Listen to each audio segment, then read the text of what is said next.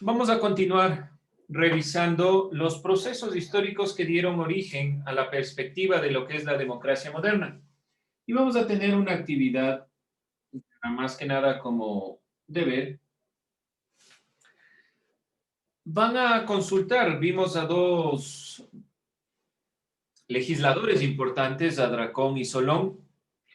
Van a consultar quiénes fueron y cuáles fueron las características de sus leyes.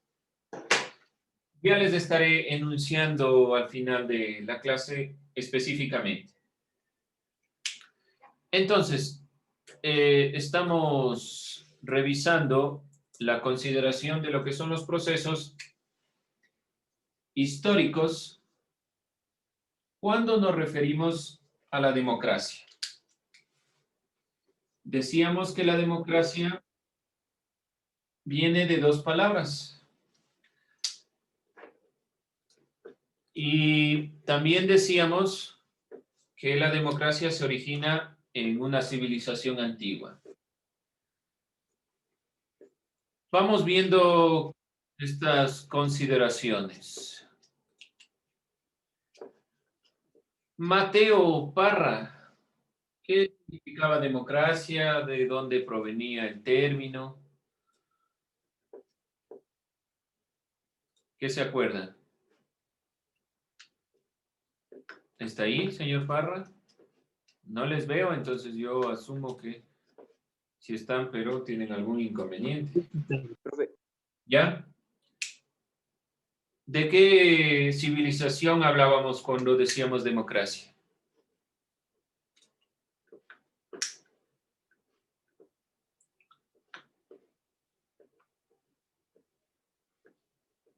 ¿No? A ver, Yanes, Ailén. La democracia es una forma de organización del Estado en la cual las decisiones colectivas son adoptadas por el pueblo mediante mecanismos de participación directa. Eso tengo yo en democracia. Bueno, muchas gracias. Usted ha resumido todo lo que vimos. Y ahora, ¿de qué civilización estamos hablando? De la griega. Perdón, Steven. De la griega. De la griega. Lo que acaba de decir la compañera resume todo y el compañero nos dice que hablamos de Grecia. Dentro de la consideración de la Grecia antigua, vimos a dos legisladores importantes que dan origen a la democracia, Dracón y Solón. Ustedes van a investigar quiénes fueron y qué características tenían sus leyes, sus normativas. ¿Sí?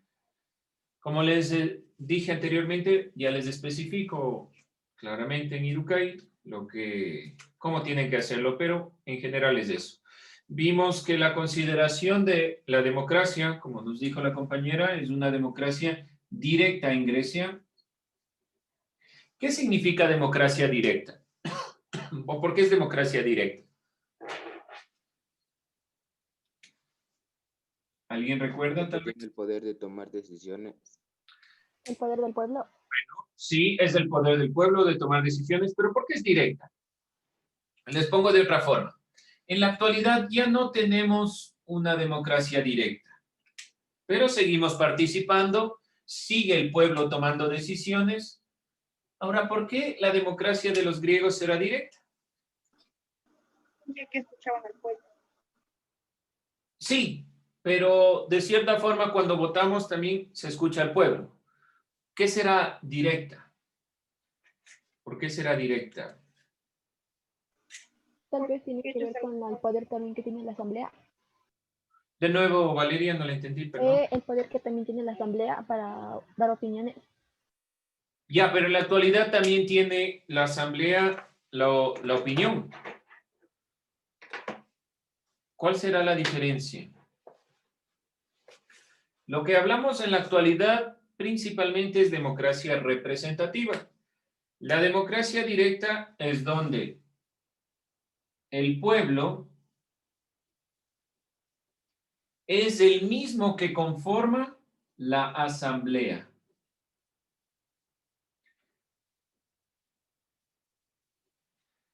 Y es directamente este grupo el que toma las decisiones. Y es aquellos que sean nombrados o que estén dentro del proceso, se relacionan directamente con el pueblo. En la actualidad, por poner un ejemplo, nosotros no podemos ir a hablar directamente con los asambleístas. Hay diferentes mecanismos para acceder a la asamblea o hay diferentes mecanismos para que nos escuchen. Y por lo general lo hacemos en grupos porque tenemos civilizaciones y principalmente ciudades, países mucho más extensos que estas civilizaciones antiguas. Además, esta asamblea estaba conformada principalmente por los ciudadanos, es decir, por el pueblo, pero aquellos que eran ciudadanos. Por lo tanto, iban a ser solo los varones, pero ellos consideraban que eso era la perspectiva del pueblo. Estaban excluidas las mujeres, los esclavos y los extranjeros, como ya sabemos desde el principio. Dentro de esta consideración, quienes participan en las discusiones y la toma de decisiones son directamente los ciudadanos.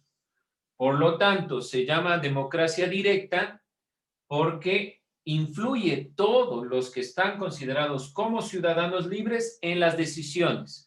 En la actualidad no somos todos los que tomamos las decisiones, sino es simplemente un grupo de representantes que a nombre de nosotros toma las decisiones. En cambio aquí, los ciudadanos tomaban las decisiones en la asamblea, lo que podemos decir como pueblo, como ciudadanos.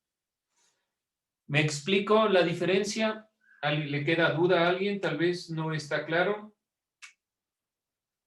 No se olviden que este modelo, la democracia, es principalmente un modelo de Atenas, mientras duró la polis griega. La democracia se instaura en las polis griegas, sobre todo en Atenas, que es la ciudad que cultivó la democracia, que cultivó todos estos procesos. ¿Sí? ¿Alguna inquietud, duda? Queda claro por qué es democracia directa. En la democracia hay diferentes formas, la democracia representativa, participativa, la democracia directa. Solo los griegos han tenido una consideración de democracia directa porque pudo cada uno de los ciudadanos ser partícipes de las decisiones que se tomaban. Bien, esto cerrando esta perspectiva, ustedes ya irán enunciando directamente lo que ha dicho Solón y Dracón. Por ahora vamos a dejar este contexto de los legisladores y vamos a entrar a unas consideraciones históricas, pero filosóficas, dentro del tema que estamos viendo. No se olviden, ¿qué tema estamos viendo? Procesos históricos que alumbran la democracia directa. ¿Sí? ¿Qué dice Aristóteles sobre la democracia? Sobre Platón, no se olviden que Platón no estaba de acuerdo con esta perspectiva, pero Aristóteles sí. El filósofo Aristóteles, dentro del mismo tema, por si acaso, no se olviden, afirmó que los regímenes políticos puros son aquellos que buscan el bien común. Para poder hablar de política, la política y sus regímenes puros son solo aquellos que buscan el bien común.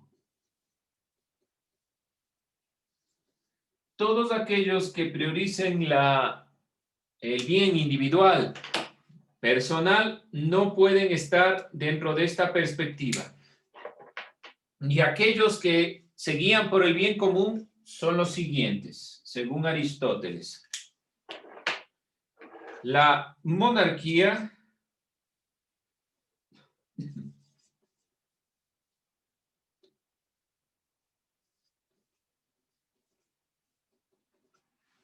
la aristocracia, porque es el poder en los mejores y necesariamente va a buscar el bien común.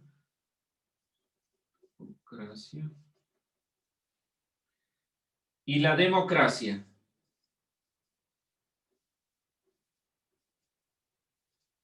Todos estos modelos, estas perspectivas de política, estos regímenes, son aquellos que buscan el bien común según Aristóteles.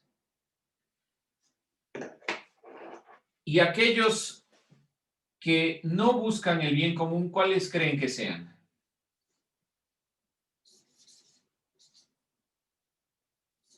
¿Cuáles? Ya decimos monarquía, aristocracia, democracia. ¿Cuáles creen que no buscan el bien común?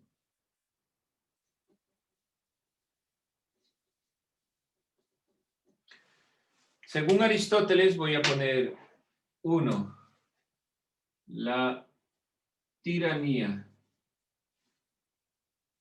Según Aristóteles, este modelo no responde a estas consideraciones. La oligarquía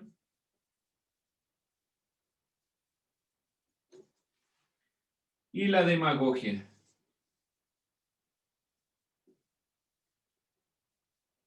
¿Qué van a hacer? En este momento, por favor, busquen la definición de estos para ver si estamos al tanto de qué se refiere. Porque aquí se entiende. Monarquía, los monarcas que gobiernan, los reyes que deben velar por su pueblo, la aristocracia, el poder en los mejores, sobre todo los filósofos, y la democracia, el poder del pueblo. ¿Pero qué significa tiranía, oligarquía y demagogia? Vamos con tiranía. ¿Qué significa tiranía?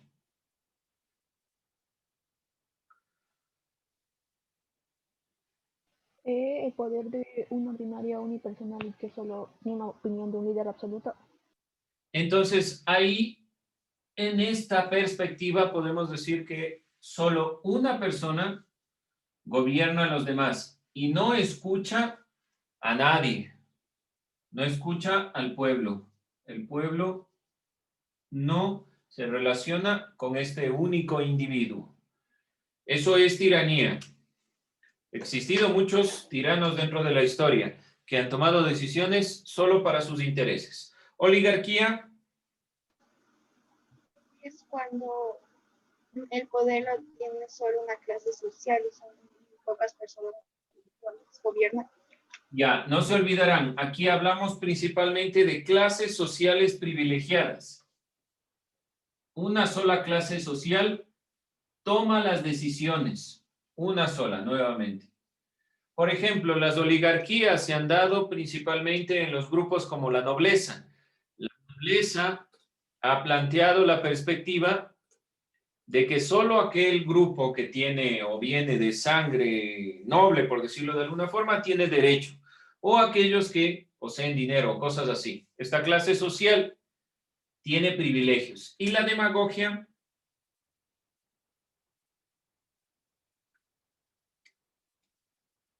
¿qué es demagogia?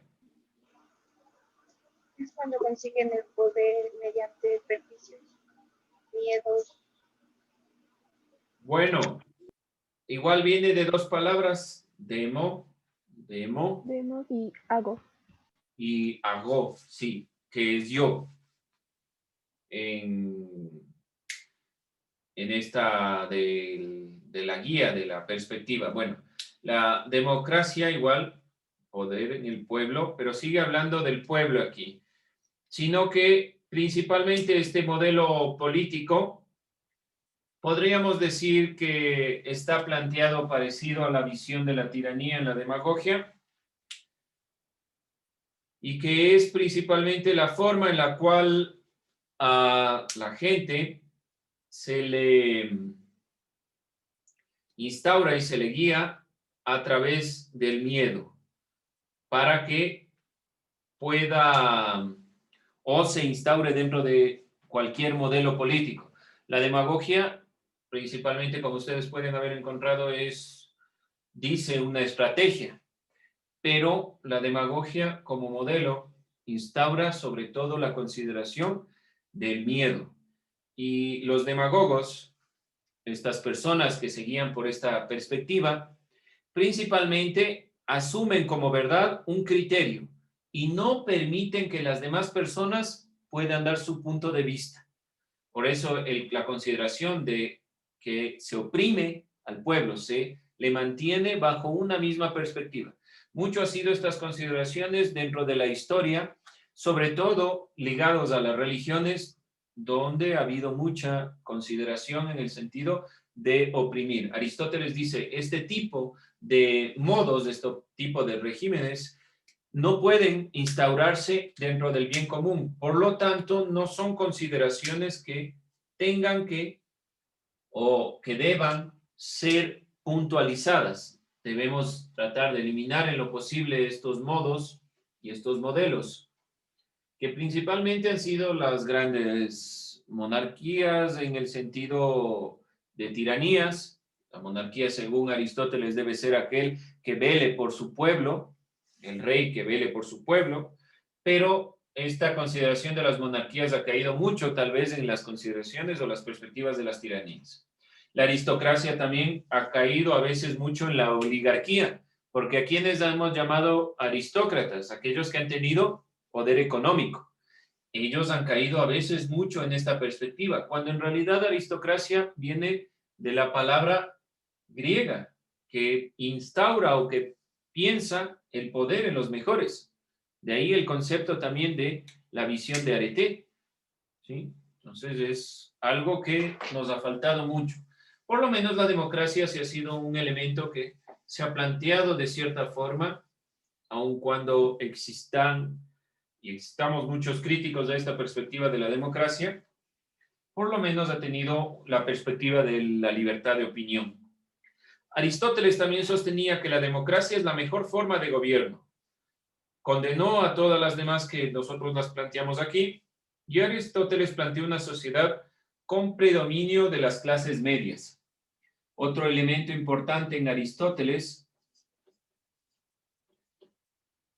es que plantea la perspectiva de que la clase gobernante, la clase que debe guiar, es principalmente la clase media. Es un tema que nos queda hasta la actualidad, esta perspectiva, si nosotros vemos la gran cantidad de la población, por lo menos en tiempo, diría que está cambiando, pero ha sido la clase media. Y la consideración para que esta clase media pueda acceder es justamente la democracia, que le permita opinar. Para Aristóteles, la democracia es la mejor forma de gobierno y plantea una sociedad con predominio de estas clases medias, donde exista la necesidad de alternancia en el poder. Es un elemento que lo plantea Aristóteles y se lo ha dado hasta la actualidad, o por lo menos se pretende en democracia. Es algo que tiene de bueno la democracia. ¿Qué pasa con la tiranía? El tirano no quiere nunca dejar el poder. Siempre quiere permanecer ahí. Veamos muchos de los casos en los que ha pasado esta perspectiva. Alguien tal vez tenga algún ejemplo de algún país que ha mantenido algún tirano que no quiere soltar o que no quiere irse del poder. Si tienen algún ejemplo, díganlo. Tal vez pudo haber sido Hitler en la Segunda Guerra Mundial. La Segunda Guerra Mundial, ¿quién, perdón? Hitler. Sí, Hitler es un ejemplo de un tirano, sí. Y además es un demagogo, porque a través del miedo quiere instaurar las consideraciones de su criterio. Y aquellos que no se atengan, no es que, bueno, vamos a conversar. No, simplemente no se atiene, chao. Sí, tiene varias consideraciones. ¿Quién más? Dijo, ¿es Hitler un bobo? Un demagogo. Ah, gracias, perdón. No hay problema, no se preocupe. Un demagogo. Ya. La alternancia, entonces, en el poder es una consideración muy importante para la democracia. La alternancia es una perspectiva que nos dice, a ver, no puede una persona siempre estar en el poder. Cae en consideraciones de corrupción, cae en esta demagogia, en pensar que solo su criterio es el correcto. Podemos decir que Hitler estaba dentro de esta perspectiva. ¿Alguien más tal vez tenga otro criterio, otro personaje dentro de la historia? Mientras piensan, otro elemento importante de la democracia, esta democracia que debe dar prioridad o que se plantea con el, no se olviden, el predominio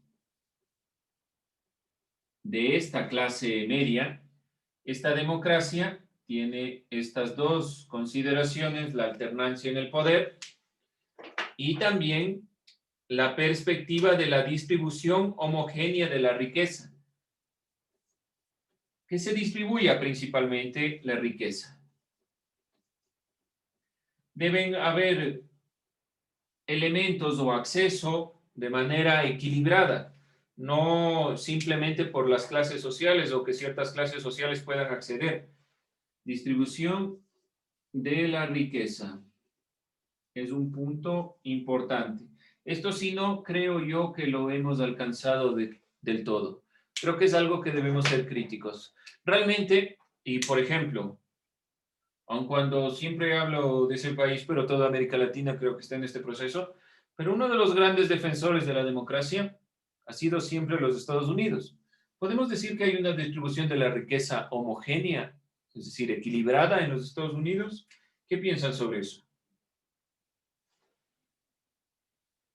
El objetivo de la distribución es eliminar principalmente conflictos sociales.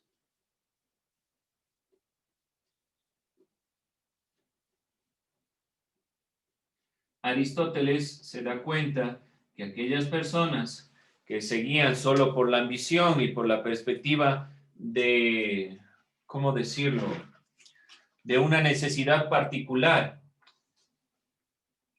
generan conflictos, porque hay personas que más tienen, que menos tienen, comienza a haber una serie de disputas, una serie de problemas, una serie de inconvenientes, una serie de luchas sociales por obtener poder, riqueza. El momento, dice Aristóteles, que se da la distribución homogénea para todos lo que necesitan en función de su trabajo, en función de, qué sé yo, de algunos elementos, podemos decir que se eliminan estos conflictos. ¿Podemos decir que en la actualidad hemos llegado a esta distribución correcta?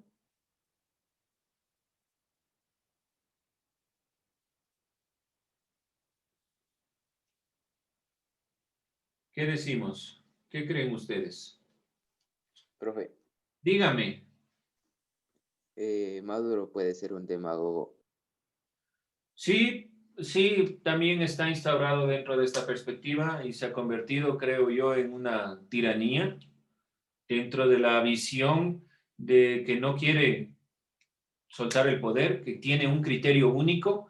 El comunismo como perspectiva es una perspectiva también de opinión y eso es lo que en América Latina no se han dado cuenta. El comunismo, el socialismo, como perspectivas no hablan de que una sola persona sea la que tenga el poder y no nadie más puede acceder. Es la perspectiva de que hay un proyecto. Si nosotros hablamos de comunismo, por ejemplo, el caso de Cuba, en una primera instancia, si nos basamos en el comunismo de Marx, se habla de una dictadura, que se llama la dictadura del proletariado, que luego genera una superación. Esa superación debería, en teoría, generar un gobierno donde los mejores o donde ciertas personas puedan acceder o que no exista ninguna persona en el poder. Eso se llama utopía. Pero en realidad en la práctica no se ha llegado a eso. Aún así, los socialismos latinoamericanos plantean perspectivas que, a mi parecer, no son del todo correctas y se van a los extremos. Uno de los problemas, algo que ya Aristóteles ha dicho, no debemos guiarnos por los excesos ni por los extremos. Debemos ser coherentes. Y podemos decir que en Venezuela se han cometido muchos de esos errores por mantener el poder. Y a través del miedo se ha intentado sostener a este gobierno. Sí podemos decir eso. Y Hugo Chávez también es un demagogo. ¿Perdón? Hugo Chávez también es un demagogo. Hugo Chávez yo considero principalmente que era un pensador que intentó liberar de la visión muy capitalista de la Venezuela previa a Hugo Chávez, pero diría yo que se fue convirtiendo nuevamente en lo que no queremos. Es decir, que la primera consideración fue buena. Por lo menos intentó desligar y mantener el control, por ejemplo, del petróleo para Venezuela en Venezuela, porque lo tenía el control principalmente los Estados Unidos. De ahí en la práctica no se logró. Podríamos decir que tal vez llegó a a ser un demagogo Hugo Chávez. Bueno, vamos con estas consideraciones. Después de Aristóteles y todo este proceso griego, también se instauró en Roma la democracia, en el Imperio Romano. Este Imperio Romano, la democracia, tuvo su expresión más alta en la República. La época de Roma está dividido en dos elementos: la República y el Imperio. La República es este proceso en el cual este Imperio Romano se adhiere a la consideración de la democracia. Pero no les funcionó del todo a los romanos. Es una forma de gobierno, la República, donde el poder radica en el pueblo, que es el soberano y elige a sus gobernantes a través del voto. Aquí ya se instaura en la República un elemento muy importante que no estaba en la consideración tal vez de los griegos: el voto. Hasta ahora nosotros decimos la República del Ecuador, la República de Perú, la República, qué sé yo, de una serie. ¿Qué quiere decir? Que tienen un modelo de gobierno donde sus gobernantes están elegidos por el voto popular y que la democracia es su fundamento. Eso no se olviden, porque a veces decimos la República del Ecuador, pero ¿a qué se refiere con república? ¿Sí? Tendrán en cuenta eso.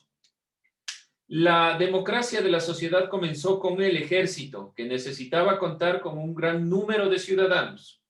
Luego, la disputa fue entre los plebeyos y los patricios. En pos de la igualdad política, se hizo la primera generación de esta perspectiva de la democracia, del poder y del control, que se amparó en la ley. El gran imperio romano dio fin a la democracia. El Imperio Romano rompe con esta perspectiva.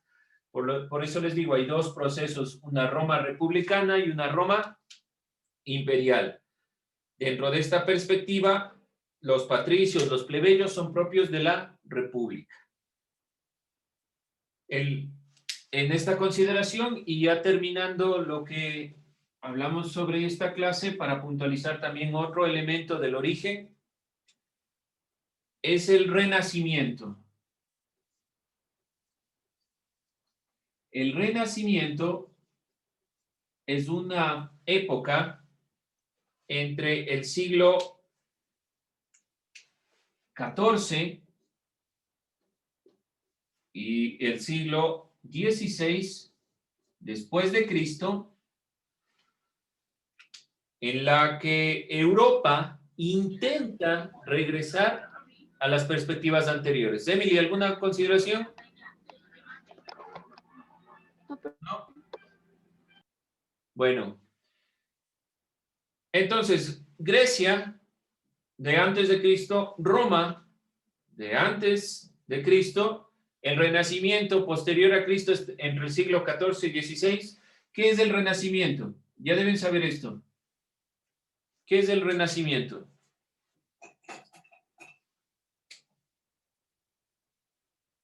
¿Qué significa Renacimiento? Bueno, nos quedamos dentro de esta perspectiva. El Renacimiento es principalmente el renacer el mundo griego y romano. Aquí renacen las ideas griegas y romanas. Y es una época en el tiempo que permite que se dé el paso posterior a la Revolución Francesa. Con eso terminamos dentro de la historia o de los procesos históricos. Y no se olviden realizar el trabajo sobre Dracón y Solón. Con eso terminamos.